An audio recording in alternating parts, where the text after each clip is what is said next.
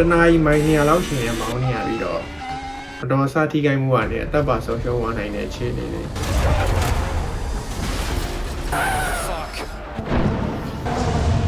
ဒီဒေါ်လာတန်ပေါင်းများစွာကုန်ကျခံထားတဲ့ကားရဲ့နောက်ကကုမ္ပဏီရဲ့နည်းပညာကိန်းဆိုင်မှုတွေအကြောင်းသိချင်တော့ Formula 1 ကြောင်းစလိုက်အောင်ခင်ဗျားရန်ကုန်မန္တလေးမြန်လမ်းယူကားမမှုပဲထင်တယ်ဒါမှမဟုတ်လည်းလိုက်စီးမှုမှာပေါ့အဲ့မှာကားအချိန်က100 130လောက်ဆိုရင်ပဲမြန်တယ်လို့ခံစားရတော့အမေလေးပေါ်မှာလွှင့်နေပြီသားရဲ့အဲ့ဒီအချိန်နဲ့3စားလောက်ပုံမြန်မယ်ဆိုရင်ဒေါ်လာ15သန်းလောက်တန်တဲ့စက်ပစ္စည်းတစ်ခုတည်းမှာထိုင်ပြီးတော့အကွေတွေမှာအချိန်ပြင်းလို့အများရင်ဘတ်ပေါ်မှာစင်တကောင်တက်ထိုင်တာလို့ခံစားရမယ်2နာရီတွင်းမှာချွေးရမ်းထွက်ပြီးတော့ခန္ဓာကိုယ်က3ကီလိုဂရမ်လောက်ကျသွားမယ်1မီလီမီတာဒါမှမဟုတ်1စက္ကန့်လောက်ဆုံးဖြတ်ချက်မှားတာအမှားလုပ်မိတာကြောင့်ပြိုင်ပွဲကိုရှုံးသွားမယ်ဒါမှမဟုတ်ကားပြက်စီးသွားတာမျိုးဖြစ်မယ်ဒါတွေက Formula 1မှာအပတ်တိုင်းဖြစ်နေကြပါပဲဒီတော့ဒီ Formula 1နဲ့ပတ်သက်ပြီးတော့ TikTok ဒါမှမဟုတ် Facebook မှာအများမြင်မှုမှာပါဘာလို့ဒီကားတွေကပုံမှန်ကားပုံစံနဲ့မတူဘဲနဲ့အာကာသရေပုံစံမျိုးဖြစ်နေရတယ်ဒီအသင်းကြီးတွေကတစ်နှစ်ဒီကားပေါ်မှာဘာလို့ဒေါ်လာတန်ပေါင်းများစွာအကုန်ခံနေရတာလဲဒီဗီဒီယိုပြီးရင်တော့ Formula 1အကြောင်းကိုဆရာကြီးနဲ့ပါပြန်ရင်းလို့ရတော့တဲ့အထိအလွယ်ကူဆုံးရှင်းပြသွားမှာမလို့စုံလေးကြည့်လိုက်ကြအောင်ဆိုတော့ဒါကိုဘာလို့ Formula 1လို့ခေါ်ရလဲပေါ့သင်္ချာ Formula ဘာလို့လားဆိုတာမဟုတ်ပါဘူးဆိုရင်ပါလေ Formula ဆိုတာကတော့ဒီကားတွေတိဆောက်ရမှာအသင်းတိုင်းမဖြစ်မနေလိုက်နာရမယ်စီကံချက်တွေပြောတာဖြစ်ပါတယ်။ Engine USA ကတော့ကားရဲ့ဒီအချိန်ဒီတောင်ပန်ပုံစံအကုန်လုံးကိုစီကံချက်သတ်မှတ်ထားဖြစ်ပါတယ်။လောလောဆယ်မှာတော့ Formula 1အသင်း17သင်းရှိပါတယ်။အများကြီးကြောင်းမှတည်ကြတဲ့ Ferrari, Red Bull, Mercedes, McLaren တို့လိုအသင်းတွေပေါ့ဒီအသင်းတွေကကိုယ်ပိုင်မော်တော်ကားတိဆောက်ပြီးတော့မောင်းနေမဲ့ driver 2ယောက်ငှားရပါတယ်။ဆိုတော့အသင်းပေါင်း17သင်းရှိတော့တစ်နှစ်မှာ Formula 1 driver 22ယောက်ပေါ့ဒီမှာသူတို့ပြောကြတာက NASA ရဲ့အာကာသယာဉ်မှူးဖြစ်ဖို့တဲ့ဒီ Formula 1မှာ driver စီးရဖို့ကပို့ပြီးတော့ခက်တယ်လို့ပေါ့ပြီးတော့သူတို့ကနိုင်ငံပေါင်း21နိုင်ငံမှာရှိတဲ့ပြန်ကားကွင်းတွေကိုဒီနိုင်ငံတွေကိုပြီးတော့ပြန်ရတာဖြစ်ပါတယ် Las Vegas ဆိုတော့ဒီမီးရောင်စုံလမ်းမကြီးကနေစင် Monaco လို Street Circuit လို့ခေါ်တဲ့ဒီကျင်းမြောင်းတဲ့ကွင်းတွေအထိပါပါတယ်ဆိုတော့ဒီပြိုင်ပွဲရတဲ့တစ်ခုချင်းစီကို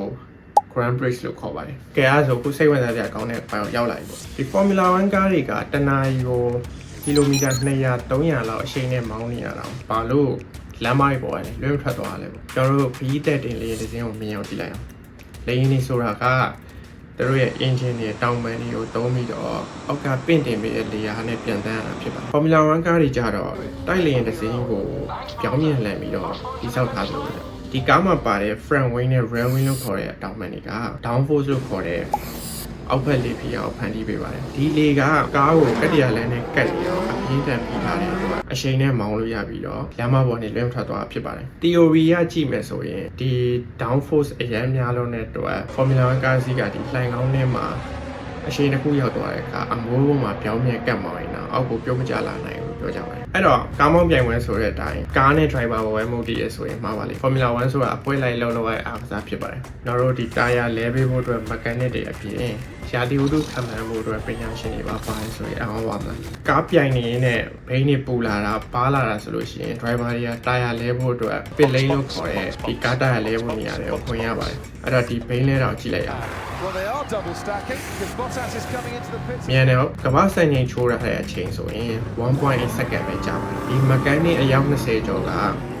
ကားဘိန်းလေးလုံးကိုကျွန်တော်တို့မျက်စိတမိတ်အချိန်လေးမှာလဲပြီးလိုက်တာဖြစ်ပါတယ်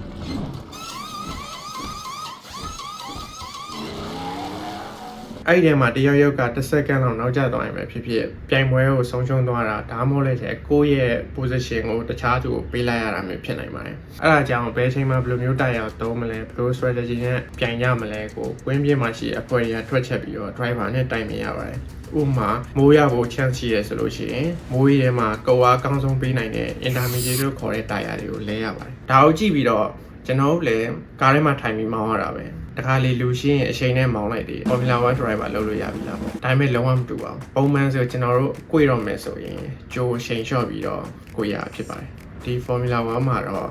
့အကွေတွေမှာအတက်နိုင်သမျှအနောက်ကျဆုံး brake အုပ်ပြီးတော့အရှိန်နဲ့ကိုယ်ရဖြစ်ပါတယ်မဟုတ်ရင်သူများကကြောတက်သွားမှာပေါ့အဲ့တော့ဒီလိုအကွေတွေမှာအရှိန်နဲ့ကိုယ်ရက driver တွေကပုံမှန်ခံစားနေရတဲ့ကဘာမြေဆွဲအားထက်9ဆပိုပြီးတော့ခံစားရပါတယ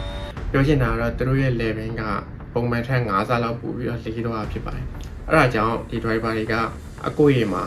လေဘင်းမကျိုးသွားအောင်သူတို့ရဲ့လေဘင်းကြွက်သားတွေကိုကောင်းထက်ကြီးမအောင်လေ့ကျင့်ရပါတယ်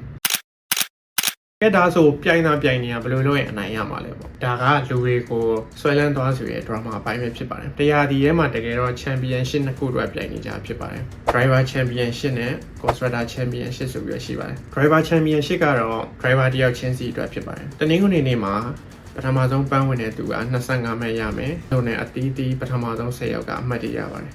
10ယောက်ထက်ကျော်သွားရင်တော့အမှတ်မရဘူးပေါ့တစ်နှစ်ပတ်လုံးပြိုင်ပြီးတော့အမှတ်အများဆုံးသူကကမ္ဘာချန်ပီယံဖြစ်တာဖြစ်ပါတယ် Constructor Championship ကတော့ကားတိဆောက်တဲ့အသင်းကိုပေးတာပါ Driver 2ယောက်လုံးရဲ့အမှတ်တွေကိုပေါင်းပြီးတော့အမှတ်အများဆုံးအသင်းကစုဖလားနဲ့အတူဒေါ်လာတန်ပေါင်းများစွာရှိတဲ့စုချင်းကိုရရှိတာဖြစ်ပါတယ်အဲ့ဒီအချက်ကြောင့်ပဲဒီ Formula 1အသင်းပေါ်အချင်းချင်းကအားကစားလောကမှာကြောက်ကစားအဖြစ်ဆုံးပဲဗျ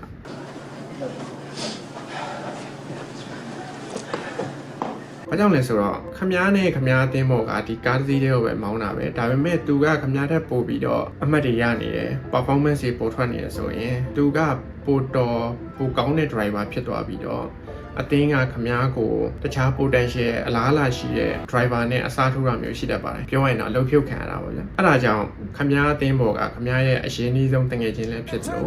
အနီးကပ်ဆုံးရန်သူလည်းဖြစ်ပါတယ်အနိုင်ရရှိဖို့အတွက်ဆိုရင်တခါတလေအသင်းသားချင်းချင်းတော့ပြန်ဆိုင်ရတာမျိုးရှိတတ်ပါတယ်အဲ့တော့ပုံမှန်အားဖြင့် Formula 1ကိုတောက်ကြစနစ်တနင်္ဂနွေနေ့မှာပြန်ကြပါတယ်တောက်ကြနေ့ကိုတော့ free practice session လို့ခေါ်ပြီးတော့ဒီအသင်းတိုင်းဒီ truck နဲ့ရင်းနှီးမှုရှိအောင်ကားကိုပြင်ဆင်မှုရအောင်အချိန်ရပါတယ်စနေနေ့ကတော့ qualify လို့ခေါ်ပြီးတော့အဲ့ဒီနေ့မှာ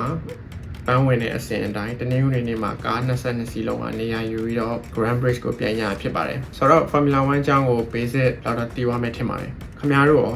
ဒေါ်လာ15သန်းရှိရဆိုလို့ရှိရင်ဘယ်အသင်းကိုထည့်ချင်လဲပေါ့7 time world champion ဖြစ်တဲ့ Lewis Hamilton ရှိတဲ့ Ferrari လားဒါမှမဟုတ်လဲ 4 time world champion ဖြစ်တဲ့ Max Verstappen ရှိတဲ့ Red Bull လားကျွန်တော်တို့နဲ့ရင်းနှီးပြီးသား Mercedes လားအောက်က comment မှာရေးပေးခဲ့ကြပါဦး Formula 1အကြောင်းသိချင်တဲ့တကယ်ချင်းဒါမှမဟုတ်လဲ Crash စီလည်း share ပေးလိုက်ကြပါဦး Crash နဲ့လည်းစကားဆလို့ရပါဘောနင် Formula 1အကြောင်းသိပြီလားပေါ့နောက်ဗီဒီယိုမှာပြန်တွေ့ကြပါမယ်